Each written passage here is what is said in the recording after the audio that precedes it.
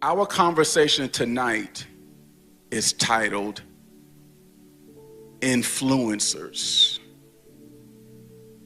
Influencers are commonly associated with, as you know, social media, where they use platforms to share content and connect with audiences. They inspire trends, promote products, and encourage certain behaviors. You all know Ninja or Tyler Blevins, a popular gamer and streamer, especially known for Fortnite. He is a influencer. Y'all know Dude Perfect, a group of friends who on TikTok that creates family-friendly, sports-related content. Everybody say influencer. What about Charlie D'Amelio? A TikTok sensation known for her dance videos. Oh, and who can forget Mr. Beast? I know y'all know Mr. Beast. I think he has the most followers on YouTube, millions of followers. He does elaborate challenges and stunts, gets big brand deals, drops bags on people, gives away houses. I don't know if you all read this study. I try to stay on top of trends as it relates to youth. And there's a study that the average youth, when you ask them what they want to be, is no longer a doctor or lawyer, basketball player or football player. It's a YouTuber. And so everybody say the game has changed. See, I know what you're thinking. You're thinking, Yannik, you're going to tell me that I shouldn't be influenced. But I'm going to tell you the opposite. You should be influenced. As a matter of fact, God created everyone underneath the sound of my voice to be influenced. Let me prove it to you. Here's a big word, but y'all are smart. Neuroscience has proven that our neural pathways in our brain can be shaped by repetitive behavior. Meaning God created you to be shaped by your environment. God has intentionally created every single person to be inspired and influenced by their surroundings. So the question is, who and what will we allow to influence us? Because no matter your age, you are created to be influenced. I always say to people who say, I don't like church and I don't need a pastor, my response to that is everybody has a pastor. Because everybody is learning and growing from somebody. Your pastor may be a movie star. Your pastor may be your favorite artist. Your pastor may be a sports figure, but you look to somebody to help shape and mold how you speak, how you dress, what you look like, the makeup you wear, with the sneakers you want to buy, etc. As a matter of fact, a young man who was in his 30s when he wrote this, named Solomon, wrote, walk with the wise, and you will, oh, somebody knows it. Oh, give this middle schooler a hand. Oh my goodness. Some of them in the word. Associate with fools and you will get in trouble. That's y'all didn't even know that was in the Bible. That's Proverbs 13, 20. Walk with the wise. And what happens? Associate with fools. What happens? Has there ever been a truer scripture? Here's what your homeboy says. I remixed it. You become who you walk with. Let me say it a little differently. Association, you'll like this, Nate, breeds assimilation. Who I associate with, I will assimilate. Meaning, anybody you allow in your space, you're giving permission to shape. Let's define this word, fool. Fool. Your grandma ain't made that word up. It comes from a Hebrew word. My grandma. Anybody ever had a grandma who say, you were just a fool? We must have grew up in the same family. Refers to someone lacking wisdom and or morally deficient, meaning they act recklessly and they don't want to do what's right. But what I'm not going to do, because I've worked with youth long enough to know, I tell y'all all the time, I'm a recovering youth pastor. Shout out to all my youth. Can we give all our youth workers a hand in here real quick? Oh my goodness, it takes a village. It's the hardest ministry to serve in because not only do you have to encourage, inspire, and educate people who don't want to be there, but you also have to serve and support their parents as well. So there's this tension, it's this duality that you have to fight through to serve and support that age group. But it's an important work. And I've learned working with youth that just telling them what not to do isn't good enough. Because if I tell you all what not to do, you're going to oftentimes be more inspired to want to do it. And let me tell you something, we need to stop beating this generation up and build them up. They're one of the smartest, fastest learning. This is why you just can't tell them something, because they'll figure it out without you. Because they have more technology in their hands than what sent the first astronauts to the moon.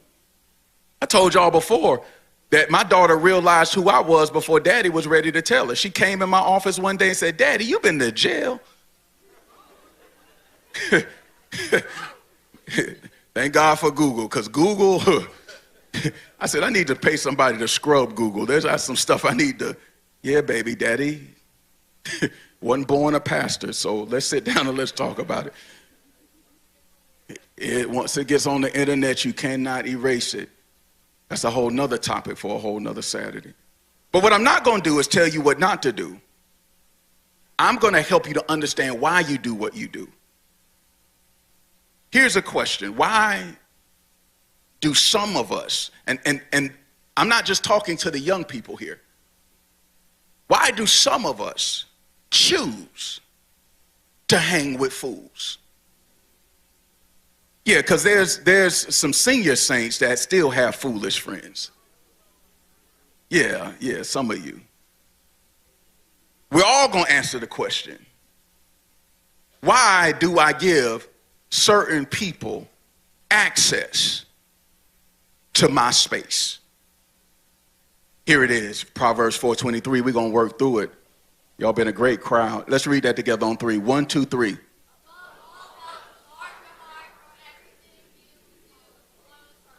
That's so good. Above everything. What should I do? What should I do? Why?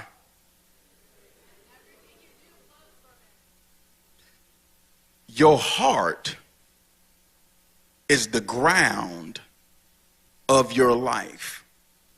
I often tell Chosen that you can learn from spiritual things through physical things. When you plant something in the ground, it grows from there. Watch this. The ground, Mama Gladney, is neutral. Its job isn't to tell you what to put in it. Its job is to respond to what's planted. It's kind of like money. Money has no soul. Money is determined, good or bad, by who's spending it. Your heart is designed to respond to whatever you put in it. You put lust in it, lust grows. You put hate in it, hate grows. You put jealousy in it, jealousy grows. You put love in it, you become more loving. You put kindness in it, kindness grows. Whatever you put in it, the heart spits it back out. Just like the ground. So everything you do, don't miss it, every decision you make comes from where? So guard it. Guard your space. And here's what makes this conversation so complicated in 2025. Your space isn't just physical, it's digital. So when I say guard your space, I'm not just talking about your physical friends. I'm also talking about who are you following on TikTok? What videos are you watching on YouTube? Because anybody you give access to space, digital or physical, they are shaping your life. Everybody say, above all else, I will guard my heart. We choose our friends. No, don't repeat that. I'm sorry. Y'all good. I'll take it from here. I'll take it from here. They're ready tonight. Listen.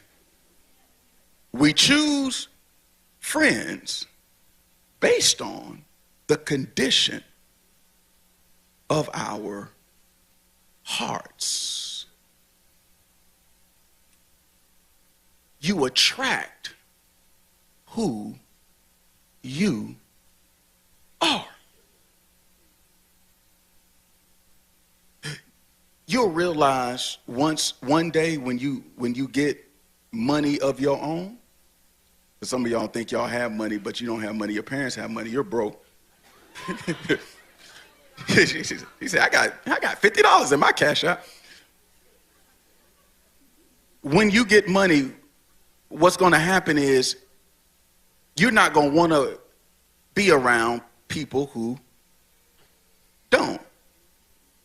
Because you're going to attract when you're successful and you grow in your education, you're going to want to hang around educated people.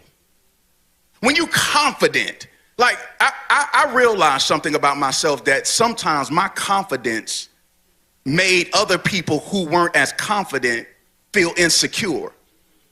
And what I started to do when I was around those people was cover up my light. But I realized, Yannik, you just need to get around people who can be inspired by your confidence and not cover it up. So I started to shift my surroundings. It's not just about hanging with fools or the wrong crowds, but a deeper issue of alignment.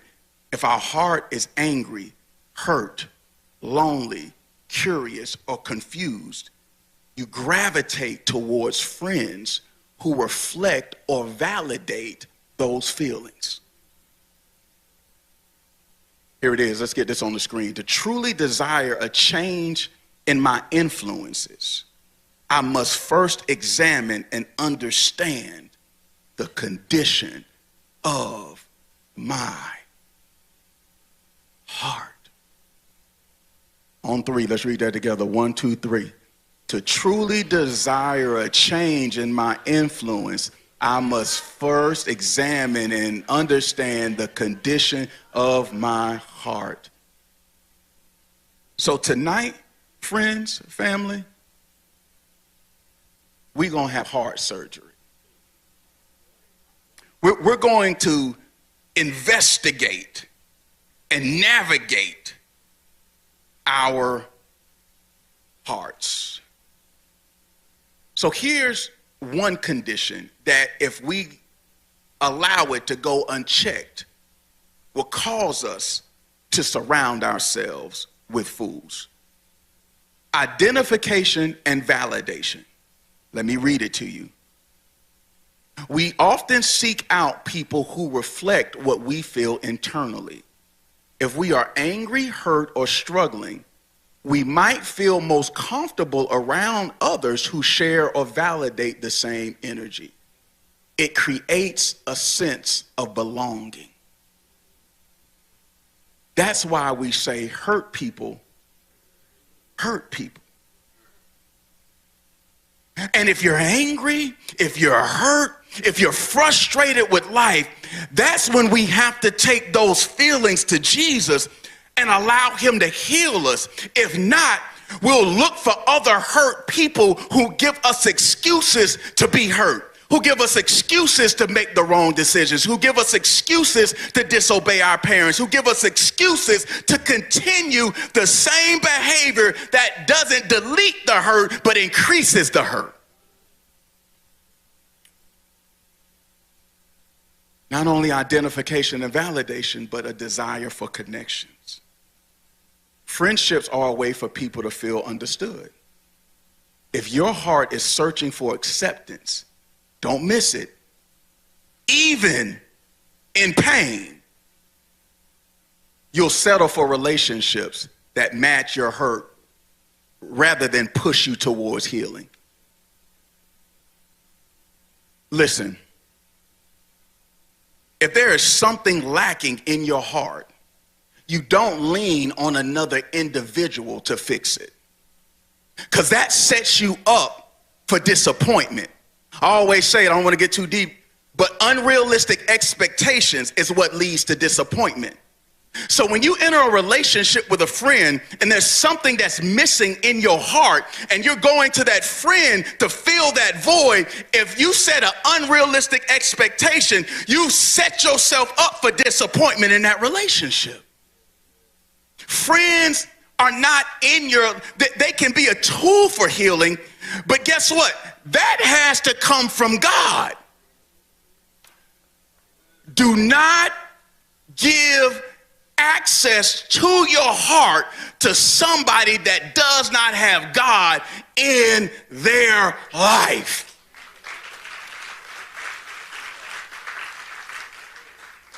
I'm telling you, this is the cheat code. Because here's what makes it very simple to understand. Let's see who our theologians are in the room. Finish this sentence. It describes an attribute of God. God is what? That is one.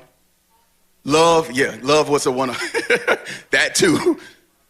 So guess what? Check this out. This isn't too deep. If God is love, then how can somebody love you if they don't have God? So most of our friendships, it's only one disappointment away from you not being friends, because most friendships are not Christ-centered, contract-centered. Meaning, as long as you keep doing this, I'll keep doing this. As long as you keep going here with me, I'll go there with you. But the minute something happens that ruins the agreement,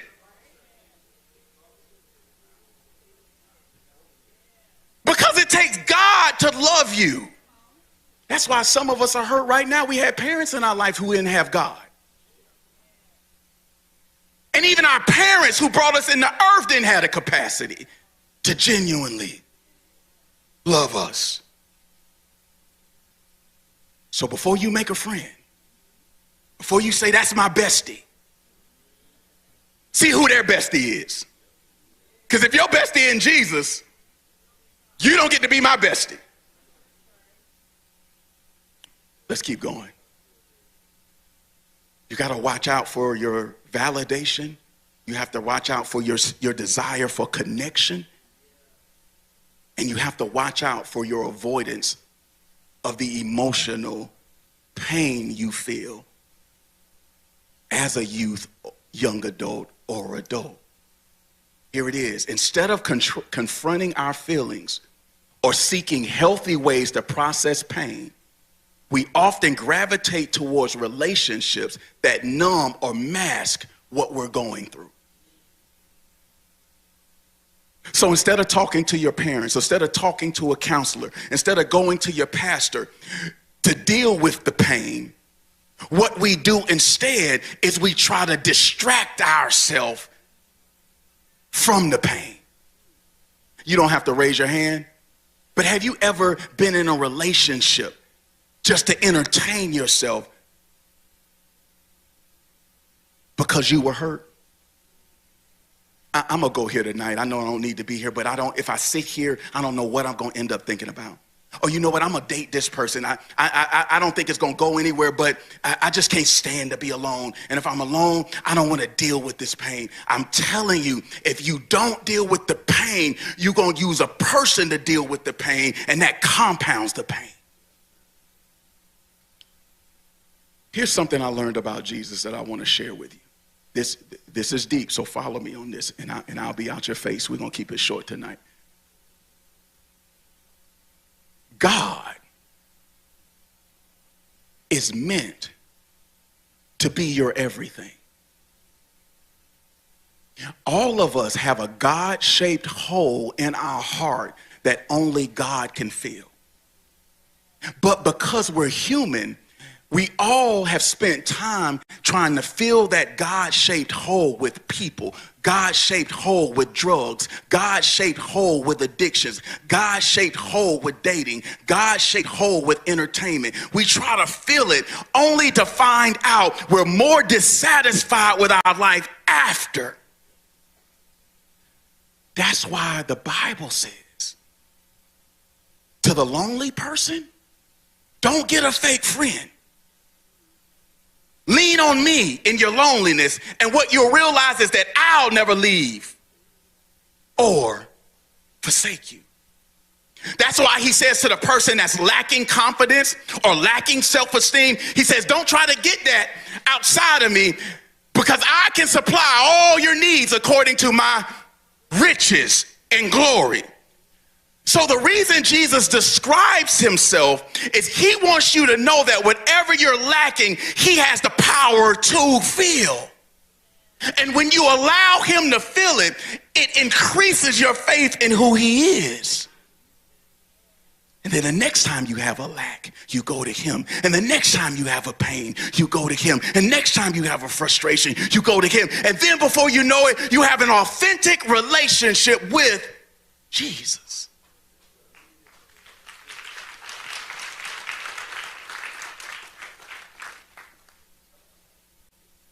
So here's how we fix it, family. Purpose point number one, I want all of us, and when I say all, I'm not just talking to the middle school, I mean all of us, to have an honest prayer for healing and reflection. Because if you attract who you are, you got to get your heart. I have to get my heart clean, because if I have a dirty heart, I'm going to attract dirty people. That's why David said, oh God, search me and know my heart. Point out anything in me that offends you, and lead me along the path of everlasting life. Middle schoolers, I want you to go home and I want you to pray Psalm 139, 23 through 24. Everybody else, I want you to go home and pray Psalm 139, 23 through 24. Because some of us have attracted mess in our life because of mess we didn't even know was in our life. I was talking to a young lady and she said, Yannik, I just feel like I keep attracting the wrong men. Well, you got the wrong thing in your heart. Be careful. Clean your heart. Why are you attracted to it? Clean your heart. Why'd you get hustled? I like to watch this show called American Greed. And in the show American Greed, it's a show that talks to people who have been hustled out of money by corporations and CEOs. And what I realized is that most of the people that were hustled out of their money had greed in their heart. So when you have something in your heart, this is worth you coming out tonight. You can't recognize it in somebody else's heart. That's why Jesus said, remove the plank from your own eye, then you can see the speck in everyone else's eye. In other words, because of the mess that's in your life, you can't discern mess in other people's life. So if you have a greedy spirit, you'll be hustled by a greedy person. How else you think you gonna believe that you gonna make 20% on your money year over year with no risk of losing it? Where do you make money with no risk? You listen to that because you're a greedy person and you want to make money fast. Get it out your heart. Then you can see it when it shows up in somebody else. Oh, that's so good. Listen, when we invite God to heal our hearts, it will naturally influence our choices. And because your heart is better, your friends will be better. Purpose point number 2, I'm almost done. Set a standard. Set a standard. It's not sin to be by yourself.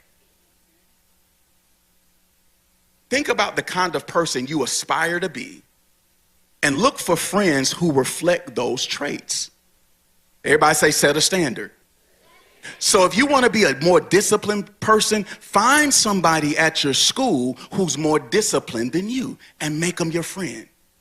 If you want to be a more kind person, find somebody that goes to the person that doesn't have a friend at the lunch table and sits by them so they're not lonely, and ask that person why they care so much about other people and make them your friend.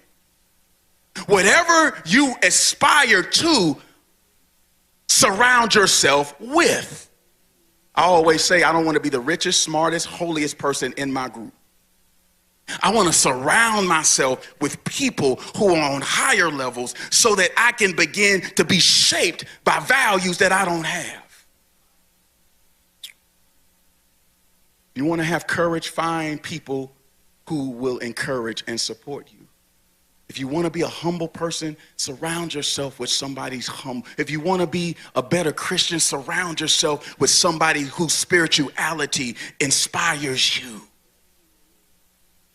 Set a standard, because you're too special to surround yourself with somebody who's not going to lead you closer to God. Purpose point number 3, create healthy boundaries. It's okay to love people who are struggling, but it's also important to have friends who help you grow and stay on the right path. I'm not saying that if a person is not where you are, you can't associate with them. Just make sure you're the influence. I'm not saying that everybody has to be perfect to be your friend, but what I'm saying is make sure the friendship that you're the leader and that you're not allowing their bad character to corrupt you. When you're in dark places, you be the light. Friendships are about balance, choosing people who lift you up, not pull you down. You need boundaries. Purpose point number 4, last one.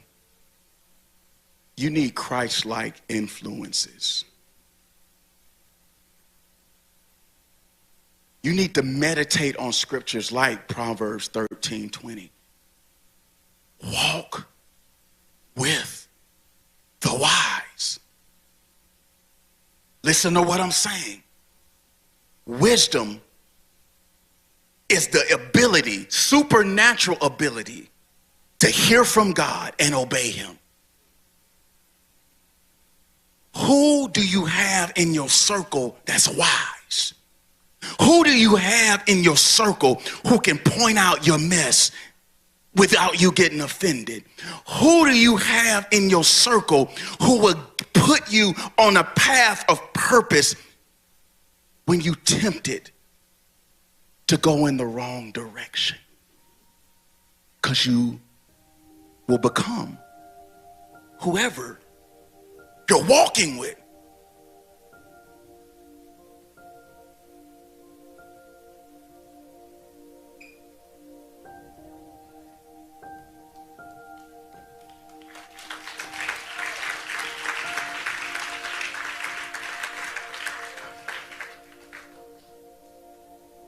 Last scripture to sum up everything that I've said, and then we're going to worship.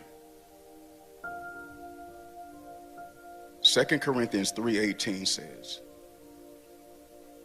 but we all,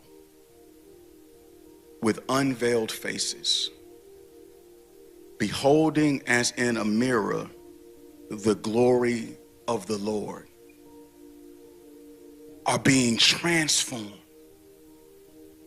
into the same image from glory to glory, even as by the Spirit of the Lord.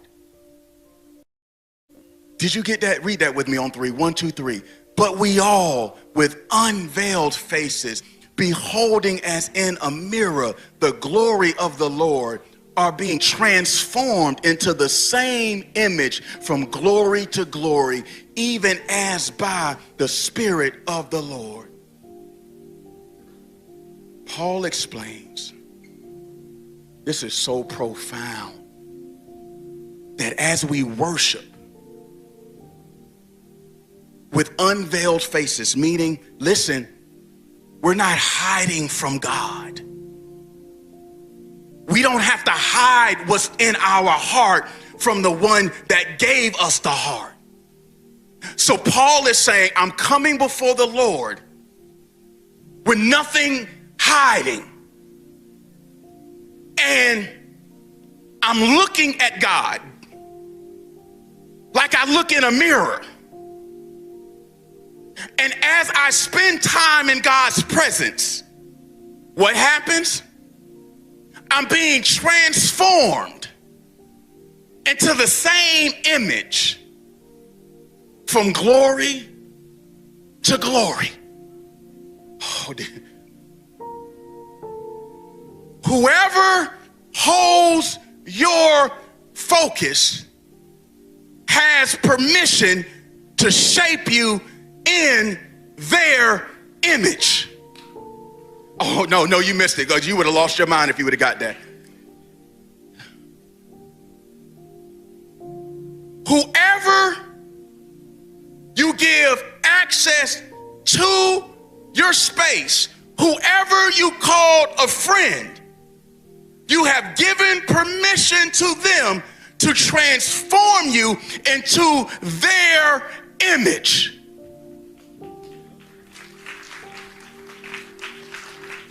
So before I let you in my circle, I have to ask myself, do I want to be shaped like you? How could I marry a person I don't want to be like? How could I date a person that I don't want to become? How could I have a friend that I don't want their habits? Don't give anyone your time unless you want to be transformed into who they are.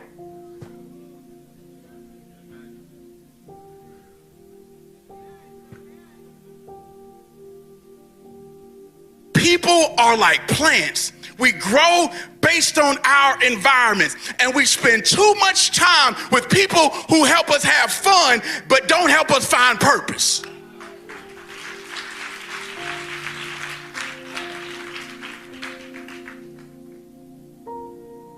You become the company you keep. That's why we're about to have church. Quest family, sometimes we have church at the end. As you can see, I be a little bit more lit at Chosen, you know what I'm saying? I don't want to get Pastor John nervous over there, JT. But here it is. That's why I must spend time with Jesus. Because with unveiled face, when I get in God's presence, I'm giving God permission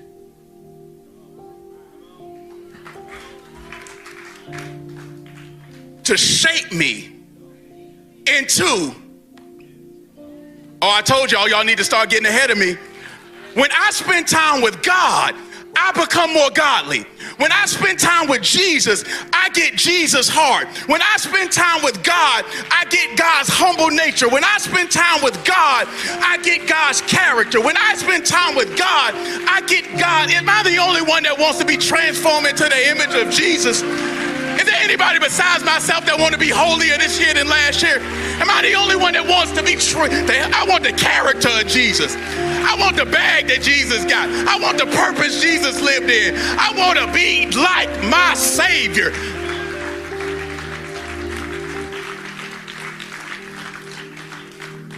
So that's why I get in my word. That's why I run to the stage and worship. That's why I listen to worship music, not just on Saturday or Sunday, but every day of the week. Why? Because the more I spend time with God, the more you see light shining from me. The more I spend time with God, the more you see miracles come.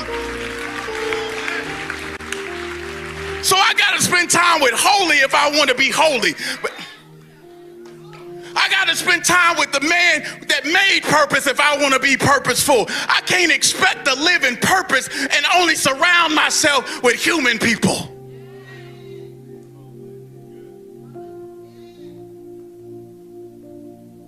Come on, chosen to worship. Who I become is shaped by the company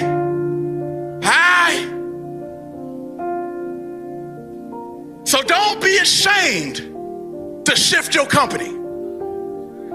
Don't be ashamed to let some friends go.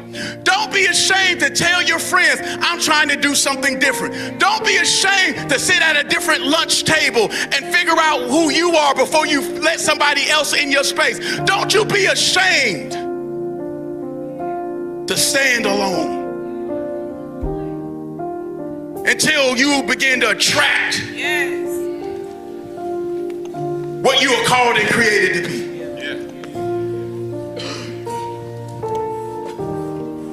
So during this last worship song, y'all, we have people who are willing to pray with you at our crosses. So if you need prayer about anything, let us intercede and pray with you. We will be honored to do that. If you want to come up to the stage and worship, so you can be transformed into the image of God, feel free to go on and come down.